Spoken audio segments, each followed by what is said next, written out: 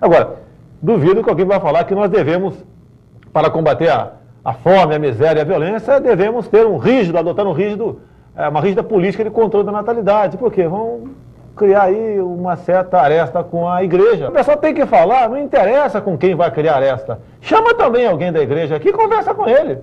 Já estamos atrasados. O Fujimori está fazendo isso muito bem lá no Peru. Já tem reflexo. Já tem escolas lá que tem vagas. Não adianta você ter... você não vai ter como. Tá? Mas abrir escola para todo mundo e botar uma molecada lá que chega mal alimentada de casa. Então, um controle de natalidade rígido no momento, no meu interesse, se faz necessário para que você possa pensar nisso, numa melhoria numa diminuição do risco da violência daqui a alguns anos. E eu, por exemplo, tenho na minha cabeça que uma das grandes causas da fome, da miséria e da violência é o crescimento populacional exagerado do nosso país. O Brasil cresce a taxa de 3 milhões de habitantes por ano.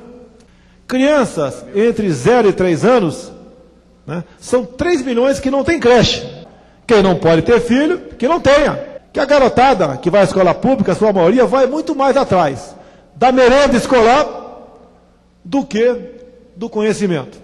Não aconselho ninguém a ir à praia, lá no meu querido Rio de Janeiro, no sábado ou domingo de muito sol, porque não tem lugar mais para se deitar. Ou se fica em pé, ou se fica dentro d'água, ou se fica no calçadão. É gente demais. Nós temos que colocar um ponto final nisso, se quisermos produzir felicidade em nosso país. E não fiquem apenas, cada vez mais, botando gente no mundo, que infelizmente, em sua grande maioria, não servirá para o futuro de nosso país. Muito obrigado, presidente.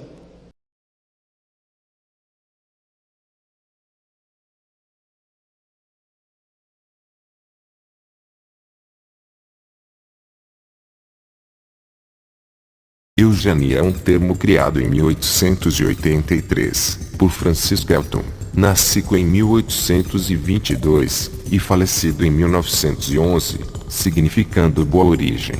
Galton definiu eugenia como estudo dos agentes sob controle social que podem melhorar ou empobrecer as qualidades raciais das futuras gerações, seja física ou mentalmente.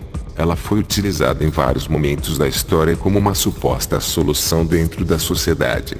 A história mais horrorosa sobre a eugenia que a gente conhece foi na Segunda Guerra Mundial.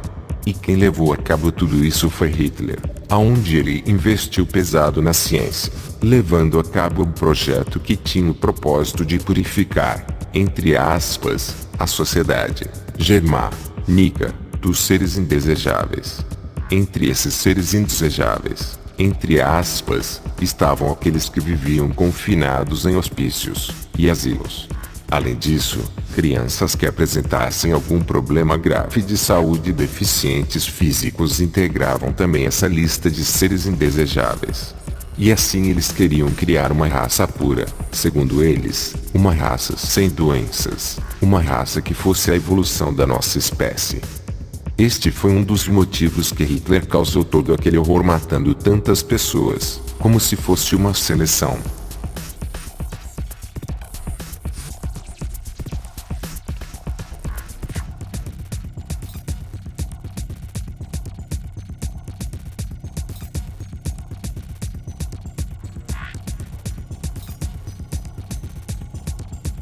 Houve o financiamento extensivo de filantropos corporativos, especificamente a Carnegie Institution, a Rockefeller Foundation e a fortuna da ferrovia Harriman. Todos eles estavam ligados a alguns dos cientistas mais respeitados da América, de universidades de prestígio como Stanford, Yale, Harvard e Princeton. Esses acadêmicos defendiam a teoria da raça, e então falsificavam e distorciam dados para servir os objetivos racistas da eugenia. A Fundação Rockefeller ajudou a fundar o programa alemão de eugenia e até financiou o programa em que Joseph Mengele trabalhou antes de ir para Auschwitz. Em 1926, Rockefeller havia doado cerca de 410 mil dólares, quase 4 milhões de dólares em dinheiro hoje, a centenas de pesquisadores alemães. Em maio de 1926, Rockefeller concedeu $250 mil pela criação do Instituto Kaiser Wilhelm, de psiquiatria. Entre os principais psiquiatras do Instituto Psiquiátrico Alemão estava Ernst Röntgen, que se tornou diretor, e eventualmente arquiteto da repressão médica sistemática de Hitler. Outro membro do complexo grupo de instituições de eugenia do Instituto Kaiser Wilhelm foi o Institut für Brain Research. Desde 1915, operava em um único quarto. Tudo mudou quando o dinheiro da Rockefeller chegou em 1929. Uma doação de $317 mil permitiu ao Instituto construir um grande edifício e assumir o centro da biologia racial alemã. O Instituto recebeu doações adicionais da Fundação Rockefeller. Durante os próximos anos, à frente do Instituto, mais uma vez, estava o psiquiatra de Hitler, Ernst Röntgen. A organização de Röntgen se tornou um dos principais diretores e destinatários das experiências e pesquisas assassinas realizadas com judeus, ciganos e outros. Na época do investimento da Rockefeller, Otmar Freiherr von Verschuer, um herói nos círculos da eugenia americana, funcionou como chefe do Instituto de Antropologia, Hereditariedade Humana e Eugenia. O financiamento da Rockefeller desse instituto continuou tanto diretamente quanto através de outros condutos de pesquisa durante o período inicial de Verschuer. Em 1935, Verschuer deixou o instituto para formar uma instalação rival de eugenia em Frankfurt, muito anunciada pela imprensa americana de eugenia.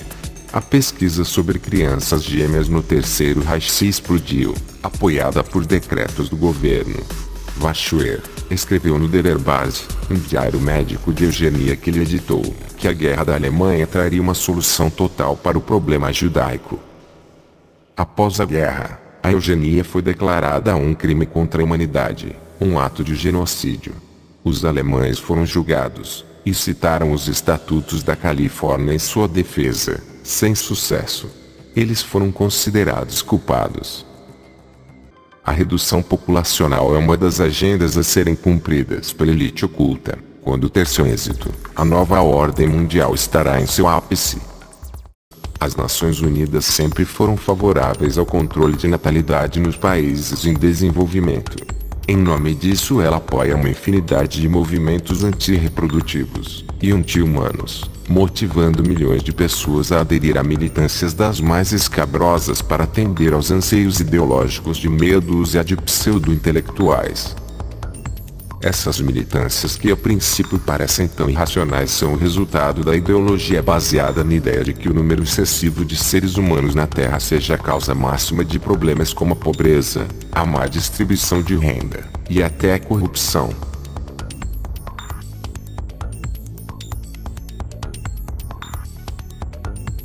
A ONU já foi acusada de fazer testes com vacinas esterilizantes em países africanos.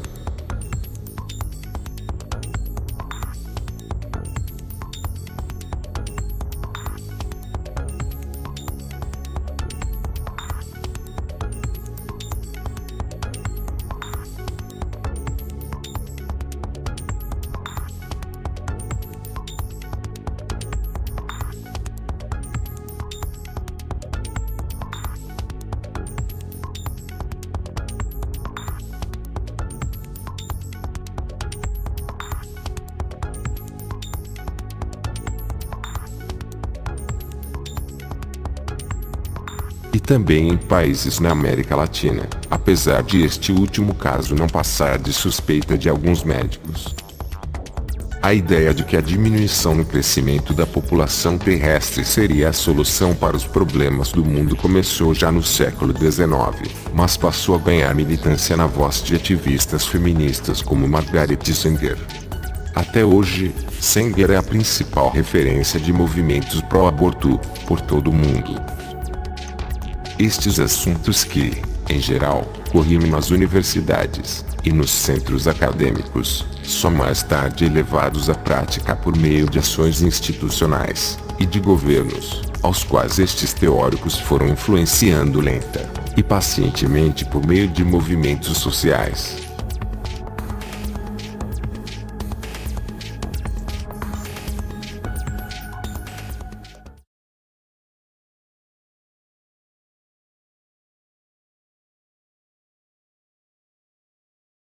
Foram muitas as referências teóricas utilizadas pelo lobby do controle da natalidade, baseados na crença de que este era o grande problema da humanidade. É comum ouvirmos opiniões destas até mesmo entre pessoas pouco estudadas, devido a uma infiltração natural no senso comum. Não faltaram os que disseram o contrário, evidentemente. Mas tal como qualquer lobby, amplamente amparado por entidades governamentais aliciadas por um assédio constante e contínuo durante décadas, estas ideias gozam hoje de muita aceitação pelo gado. Este conceito de redução e controle populacional se encontra nas pedras guias da Geórgia,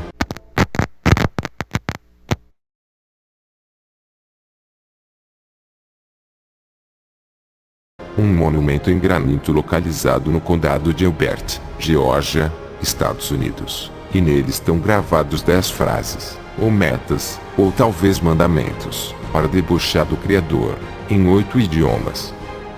Vejamos a primeira meta: manter a humanidade abaixo de 500 milhões de habitantes em um balanço constante com a natureza. Fica claro a mensagem que o mundo acima dessa quantidade de habitantes citada, segundo eles, não é sustentável, entre aspas, gerando desequilíbrio. Controlar a reprodução de maneira sábia, aperfeiçoando as condições físicas e a diversidade. Nada mais nada menos que a eugenia, ou o controle de natalidade. A elite oculta entende que a superpopulação humana é a principal causa dos problemas do planeta, e que se nada for feito a respeito dessa explosão populacional estaremos diante de um futuro cheio de pobreza, violência, guerras e fome, em um mundo completamente destruído e sem recursos. Existem outras agendas da nova ordem mundial que estão em curso, que estão colaborando para o genocídio global. A Agenda 21 é um plano de ação abrangente a ser adotado globalmente, nacionalmente e localmente por organizações do Sistema das Nações Unidas, governos e grandes grupos em todas as áreas em que o homem impacta o meio ambiente. Depois, em 2009, observe atentamente o que foi dito em um relatório sobre a situação da população mundial, intitulado Enfrentando um Mundo em Transição, Mulheres, População e Clima. Cada nascimento resulta não só nas emissões atribuíveis àquela pessoa ao longo de sua vida, mas também nas emissões de todos os seus descendentes. Essas emissões, que o texto está falando, se trata das emissões de dióxido de carbono, o CO2. Isso mesmo que Bill Gates estava falando no começo do vídeo. Continuando. Nenhum ser humano é genuinamente neutro em carbono, principalmente quando todos os gases de efeito estufa são levados em conta na equação. Portanto, todas as pessoas são parte do problema, logo todos precisam participar da solução de um modo ou de outro. Programas de planejamento familiar de qualidade são do interesse de todos os países no que se refere às preocupações sobre gases de efeito estufa, bem como as preocupações de bem-estar mais amplas. Essa agenda da elite culpa a humanidade pela destruição do planeta, dos ecossistemas e do meio ambiente, e além disso eles afirmam que o mundo tem pessoas demais, e que não haverá no futuro recursos suficientes para todos. Por meio dessas agendas, a elite agiliza seu processo de redução populacional e de seu controle. To the biosphere we live in. And herein lies the dilemma that we all face.